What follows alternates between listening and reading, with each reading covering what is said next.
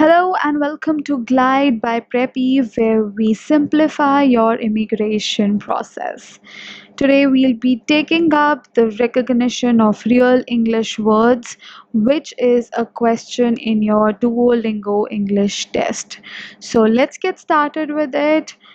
And here is how your question would look like. There would be a list of words, and you have to recognize or basically differentiate the real English words from the fake words that they have made up in the list. So these are the list of words in front of you. You can pause the video right now and have a look at the words that you think are correct or are actually in the English language, and you can write down the answers in the comment section below. And once you have done so, we'll be moving ahead and telling you the answers. So I'll stop for about 10-15 seconds. I'll take a pause, and you can also pause your video and read each and every word and check for the fact whether that's actually in the English language or not. And I'll give you a strategy for the same. Number one is, as soon as you read the word, you will know whether it's in the English language or not. Number one, because you would have heard it somewhere or the other. The second thing that you have to do is that after you think that you have heard this word somewhere in some movie, in some interview, or somewhere, the next thing that you have to do is you have to ensure that the spelling is correct. So spelling is very important because they are trying to fool around, or basically the Duolingo English test is trying to trick you by changing the spellings and confusing you to basically mark the incorrect answers so that your scores drop. So go through each and every word and then we'll move ahead.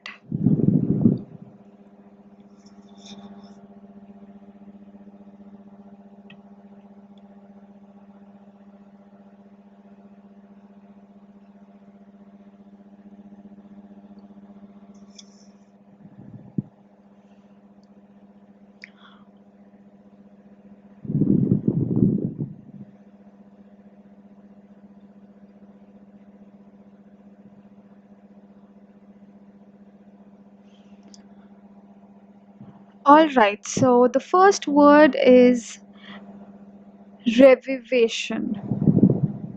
Okay, so do you think this is a word in the English language?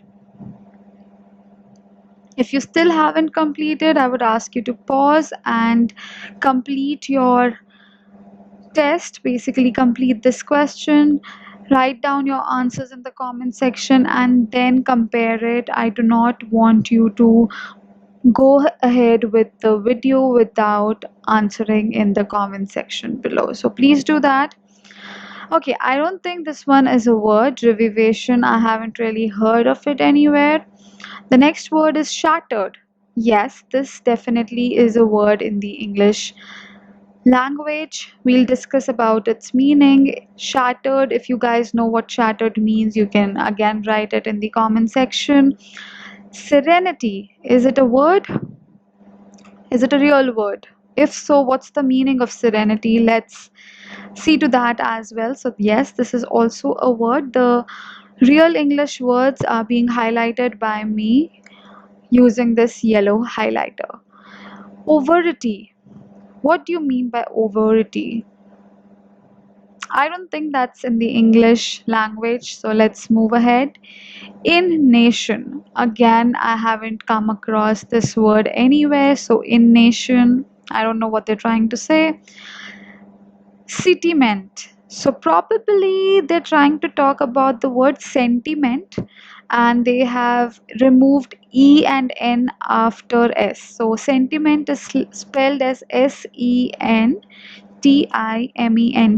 Sentiment. So here this again is not a word in the English language because some of the letters have been omitted. Superficial. So superficial definitely is a word, but you should also be checking its spelling. So I guess the spelling is also absolutely correct. So we also select this word. Allegedly. Have you heard of this word or have you read this word? I've come across this word a lot of times, especially in the newspaper. Allegedly, don't worry, we'll be discussing about the meaning of each of these words in the next slides. So, if you're not sure about the meaning or if you're coming across these words for the very first time, you don't have to worry at all. We'll be taking care of it. So, allegedly is yes, definitely a word in the English language. Lumit. Lumit is no word. However, this could actually be limit. So we all know what's the meaning of limit. Limit.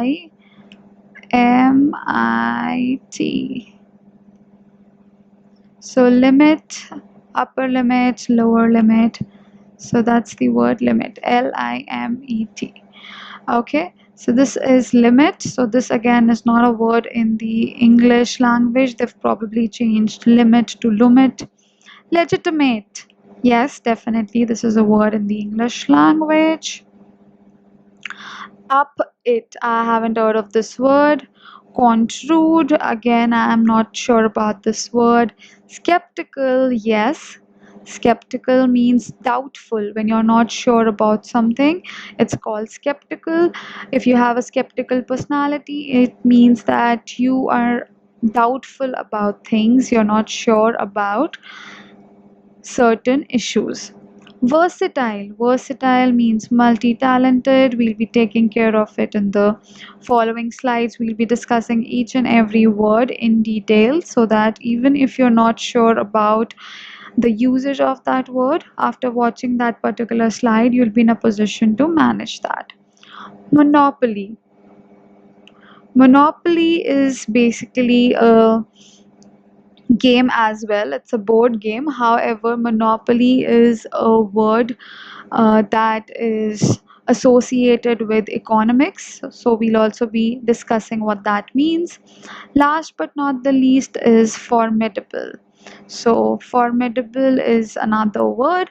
So these are the 1, 2, 3, 4, 5, 6, 7, 8, 9 words out of the total number of words that are written here or that are listed here, and these are your right answers. So shattered, serenity, superficial, allegedly, legitimate, skeptical, versatile, monopoly, and formidable.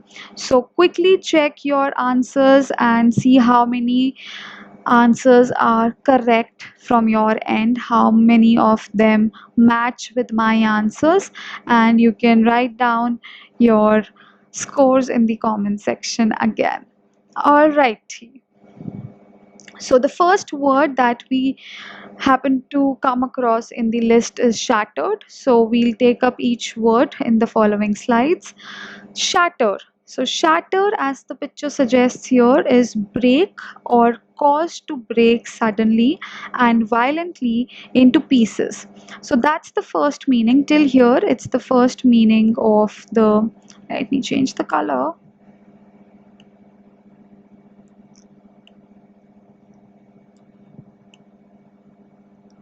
So till here, it's basically one meaning till this part. So we are trying to say that shatter means that you're broken something down. So if a plate falls from your hand on the floor and it breaks into pieces, you can say that the plate has shattered into pieces. Okay, that's one way of using this word. The other way of using this word is to convey someone's feelings when they are upset. So you can say, after losing the competition, he was shattered. So he was extremely unhappy or upset. So that becomes your second usage. Okay, so upset is one way of using this word, and the other way of using this word is broken or breaking something down, or if you have broken something. Okay, so shattered can be used in two ways, and please remember the spelling and also the pronunciation of all the words that we are taking up. Serenity. Now, serenity, yet again, if you look at the image here, there's a person meditating.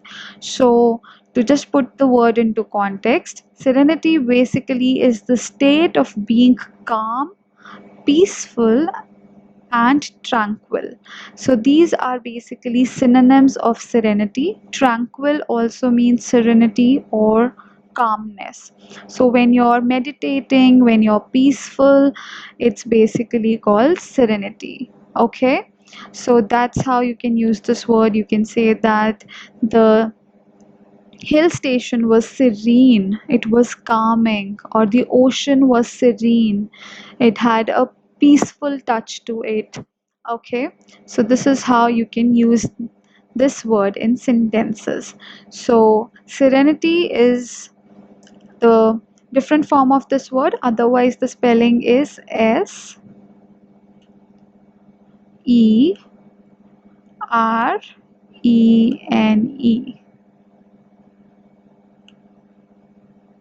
Serene.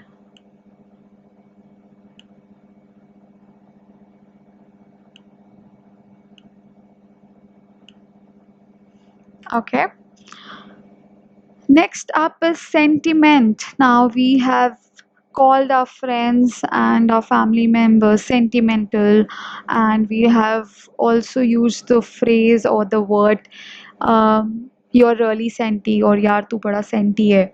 So we are aware of the usage of this word, but what exactly does it mean? So it is an opinion, it could be an opinion, it could be a feeling or emotion that is held or expressed. So if I'm feeling sad, that's a sentiment. If I'm feeling happy, that's again a sentiment. So it's feeling or emotions. It can also be an opinion. If I'm feeling strongly about something, if I feel that certain news is good or bad, that again is a sentiment. So sentiment is not only feelings and emotions, it's also opinion. So what you think can also be conveyed in the form of a sentiment. So if you look at the picture here, it shows negative sentiment, neutral sentiment, and positive sentiment. So you can have different sentiments or different emotions.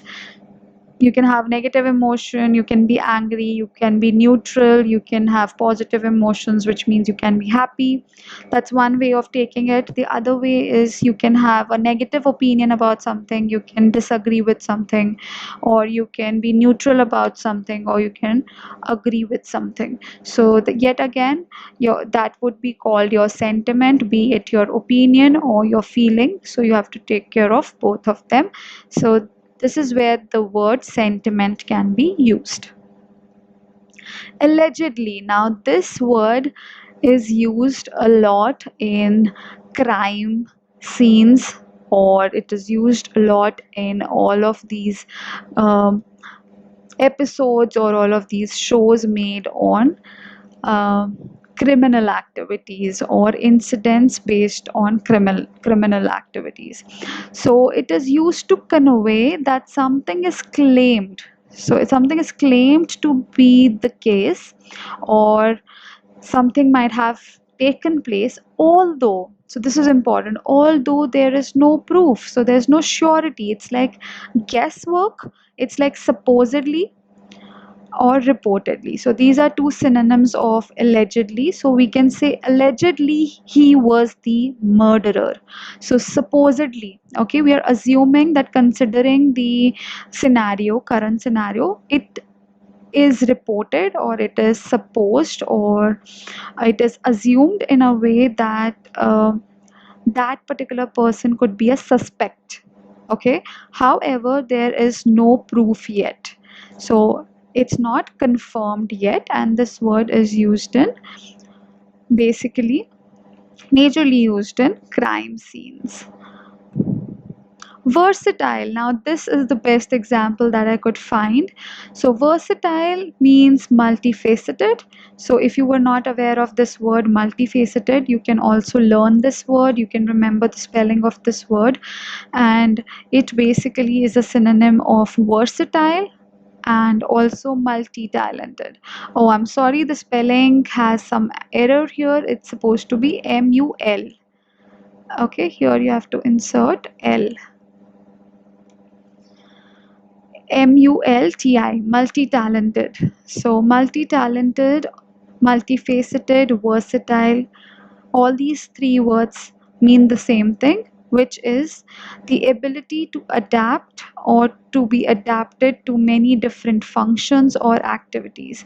Now here we have the example of Sunil Grover in 5 different characters. So we can say he's a multi-talented actor, or he's a multifaceted actor, or he is a versatile personality because he plays the roles of all these different characters by different fictional names. So this is how we can use the word versatile. So he is a versatile actor. Or if you're talking about some device that can function in a lot of different ways, you can say it is a versatile device. So something that can adapt to different situations and different activities, functions, or characters, like in the case of this example. Legitimate. Now this again is a word that kind of has a legal terminology or legal essence to it. It basically means that something is lawful, legal, acceptable, or logical. Now these are different ways in which you can use the word legitimate. So you can when it comes to lawful, you can say that voting is your legitimate right, it's your lawful right, or it's your legal right. So it's something that is bound by law. So it's your legitimate right that you have to do it and nobody can stop you from doing it. Acceptable, so you can say that is an that is a legitimate example. So that is an acceptable example. Okay, so for example, you can use this particular sentence that is a legitimate example of so and so thing. When it comes to logical, you can say that, let's say that somebody is giving you the justification of some mistake that they committed. So you've taken their excuse or their reasoning, and then you can say that seems to be a legitimate explanation to the mistake that you have committed. So if somebody is late to your class, you're a teacher and somebody is late to your class, and they're giving you the reason that, probably they had a flat tire, or there was some other issue on the way to school. And then you can, after listening to their reasoning, you can say that this is a legitimate explanation, or this is a legitimate reason of being late. Okay, so these are the words that mean legitimate. Skeptical, so it has two spellings, American, British, so you can ignore that. Both K and C work well. So skeptical, what do we mean by skeptical? It means someone who's not easily convinced and who has a lot of doubts or reservations. So this chap here, this guy here is confused whether he has to say yes, no, or maybe. So if somebody is very doubtful about everything, they're not sure about things, in that case, that person is called a skeptic, or you can say he or she has a skeptical personality or skeptical nature. So this is definitely a new word that you can use with your friends and your family members, and you can identify all the doubtful people around you, and you can say that yaar tu skeptic hai bahut bada. Okay, so skeptical is another word that can be used, and I'm pretty sure this is a relatively new word for all of you guys. Monopoly, so monopoly, please look at the spelling. Some people miss out on this O, so let me tell you, this is the correct spelling. So do not make a mistake in this. And what is Monopoly? It's also a board game. However, Monopoly is a term that is used to explain the exclusive possession or control of the supply of or trade in community or service. So basically, if only one company is selling a product and no other company is supplying it, in that case, that situation becomes a monopoly. Mono basically means one. Okay, this word basically represents one. This basically represents one, and